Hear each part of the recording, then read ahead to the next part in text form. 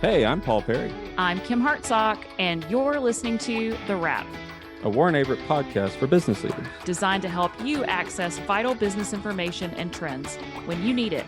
so you can listen, learn, and then get on with your day. Now, let's get down to business. Glad to be back for another episode of The Wrap, and Absolutely. Today we are talking all things nonprofits. So I'm looking forward to this conversation, and we have a couple of returning guests.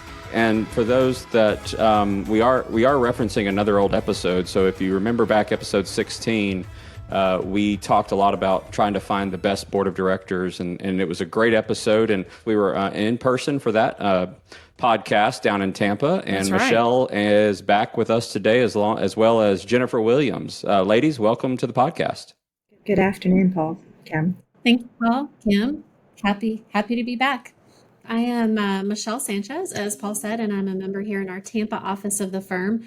And my specialty is nonprofits, and that's a wide range of things within that nonprofit space. But I really love just being a business advisor and helping and supporting our clients as they further their mission in the community. Jennifer, also, we have Jennifer Williams with us. Jennifer? Yes, good afternoon, Jennifer Williams. I'm joining you from our Atlanta office. I've spent my career working with nonprofits, spent a lot of time working on single audits in the federal government awards space as well. So happy to join everyone this afternoon. So what are you seeing in terms of the challenges that the nonprofit leaders are facing right now? Maybe some of them are unique to nonprofits, and maybe you're seeing things that other businesses are seeing as well. But fill us in on what's going on right now in the industry. I think I'll kick it off and then pass it to Jen. I think a lot of the things that, like you mentioned, we're seeing in nonprofits are things that a lot of companies are facing right now. One thing that we're hearing consistently is the labor challenges and kind of that war on talent, which has always been somewhat of an issue for nonprofits, but I think in the last couple of years that's really been amplified.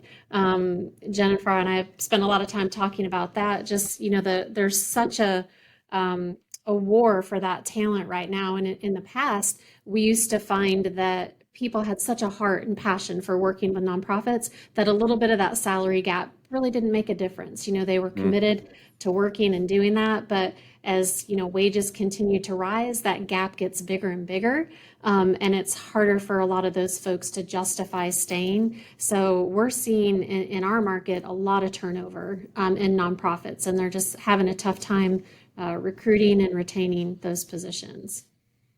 Yeah, and I think, Michelle, we talked about, it's turnover at times where in the nonprofit industry, a lot of the talent stays for many, many years because they're just really dedicated to the mission.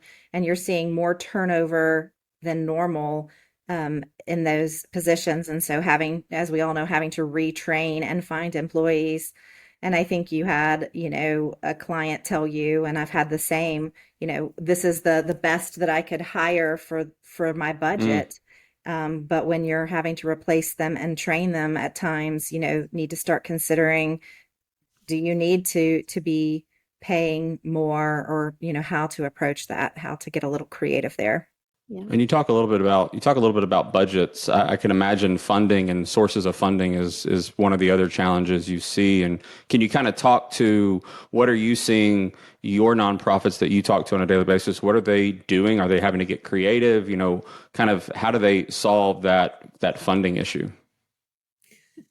If we only had the one silver bullet for that, Paul, but that's a pretty complex issue. I think a lot of nonprofits got a little bit reliant on money coming in through the pandemic. Not only, need for services is higher than ever before, but we're seeing some of those sort of special circumstance funding, your PPP loans, your ERTC credits, which is a whole nother issue we can talk about. But, all the CARES Act funding, the PRF funding, for a couple of years, nonprofits were just getting money from a lot of different places. And unfortunately, some of those have been a little bit reliant on that funding. So now that we're coming out of the pandemic and that funding is going away, they're having to really look at kind of expanding and diversifying, but at the same time, staying true to their mission, to try to replace some of those funding sources, because the need didn't go away, but funding dollars are starting to go away. I would agree. And as far as getting creative, I think that looking at technology solutions is, a big place where our nonprofits are having to look, the type, how you used to give has changed, and just being able to give through an app or, in other ways is becoming important. But with technology solutions is also coming cost, right? So there's a cost in investing in that technology that isn't something that necessarily was anticipated. So it's a, kind of a balance in figuring out how much technology to invest in. Because giving patterns have changed. And Michelle, you alluded to this, but the CARES Act and the reporting that goes along with that, it feels like, the nonprofits over the past years have had more and more and more in terms of compliance. So how are nonprofits dealing with that? Yeah, that's a really good point. And even for-profit companies that got federal funding that were never used to getting it, all of a sudden found themselves in this situation where they've got to, report and file and do all these compliance requirements.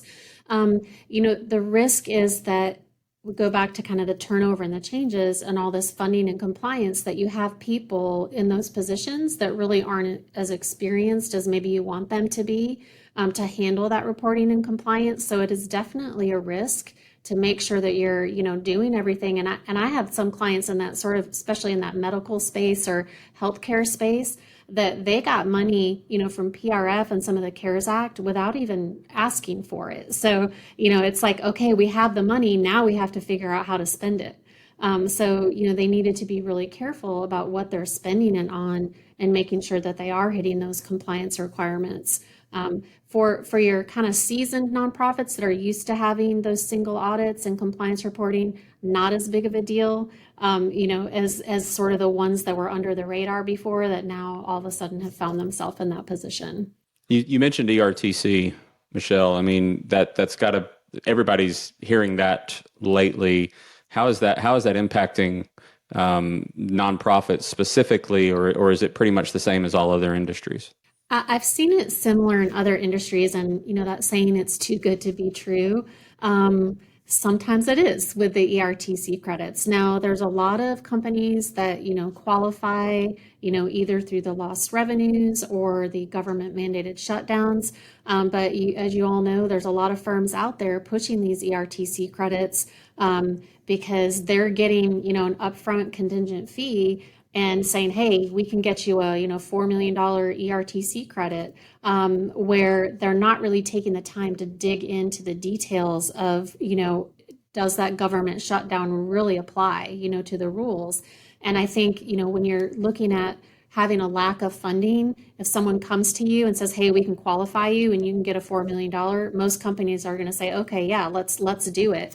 And I think they just need to be careful, because if you're not certain and have your documentation and really have vetted that thoroughly, that's a liability. You may have to pay that money back, even if you get the money. It's open to a 7-year period of being audited.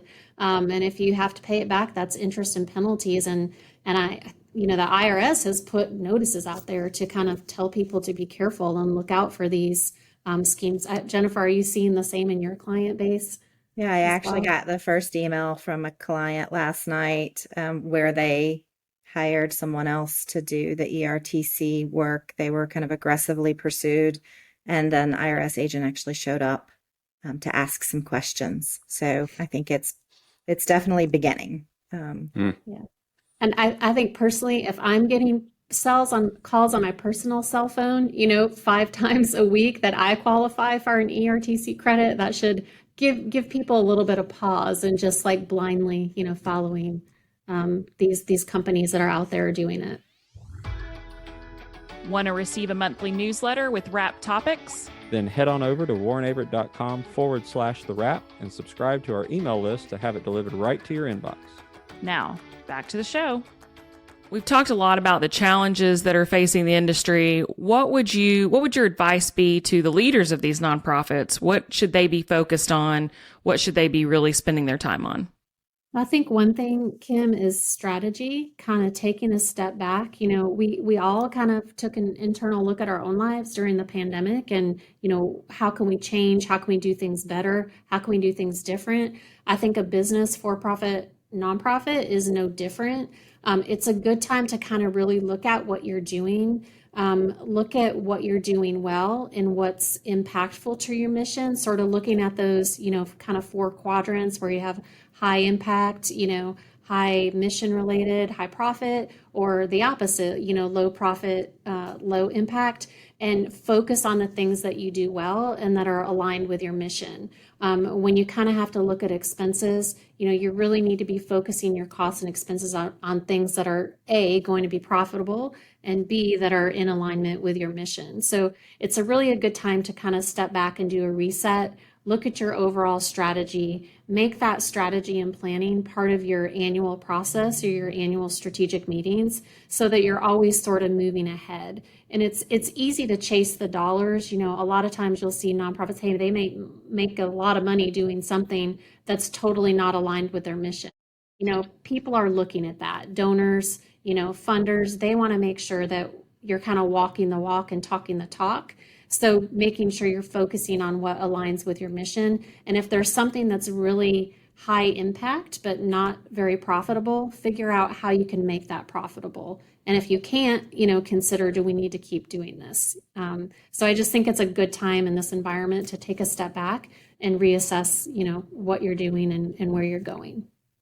And I think a lot of nonprofits are really, and as they should be, focused on ratios. They're focused on how much am I spending of the dollar on programming versus how much am I spending on, this management and general bucket, and looking at the ratios. But I think that, as part of that process, like Michelle said, really looking at how do we align our mission and where do we spend our dollars, and really using and, harnessing that technology to be able to tell your story. It's told in a way other than ratios, and really using technology and the way to reach people, which is different now, to tell your story.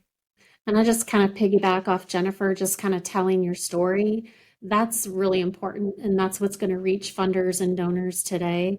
And a lot of nonprofits are going, to use some type of impact report, almost similar to what, for-profit companies might be thinking about. We've all heard of ESG and kind of that governance and who you are and your mission and what you do. That's a good tool for nonprofits to start thinking about. And maybe not full ESG, but looking at an impact report and how do I tell the story of what we do and what really matters. It's not about this ratio, but how many meals are we serving? How many people are we serving? That's what people want to know, and that's what people want to give to, the folks that are kind of following their mission in that footsteps. So here on the wrap, we like to wrap it up in 60 seconds or less. What's that one thing you want our listeners to think about, remember from this discussion as it relates to nonprofit industries, kind of their challenges, their opportunities to overcome in today's world? I would actually say 2 things. And one we kind of touched on is really your mindset. Nonprofit is not no profit. It's a tax exempt status. So, making sure you're thinking about it like a business, but still staying true to your mission, I think is key. And then also just kind of, stepping back, focusing on your mission, telling your story, getting your story out there about what you do and who you are. And, don't be afraid to reassess that in challenging times. You got to sometimes make some tough decisions. And just, it's like I said, it's a great time to reset. Yeah, I would agree. It's hard to beat that, Michelle, but I go back to just taking a step back and realizing that things have changed, and that, what was done a few years ago is different now, and really just looking at those, technology solutions, people solutions, and really, again, changing your mindset. Well, thank you both for joining us today. It was great to have you on, and great to see you. And Paul and I will look forward to the next episode to see our listeners then. Thank you all very much. Thank you, guys. And that's a wrap. If you're enjoying the podcast, please leave a review on your streaming platform. To check out more episodes, subscribe to the podcast series, or make a suggestion of other topics you want to hear. Visit us at warrenaverett.com/the wrap.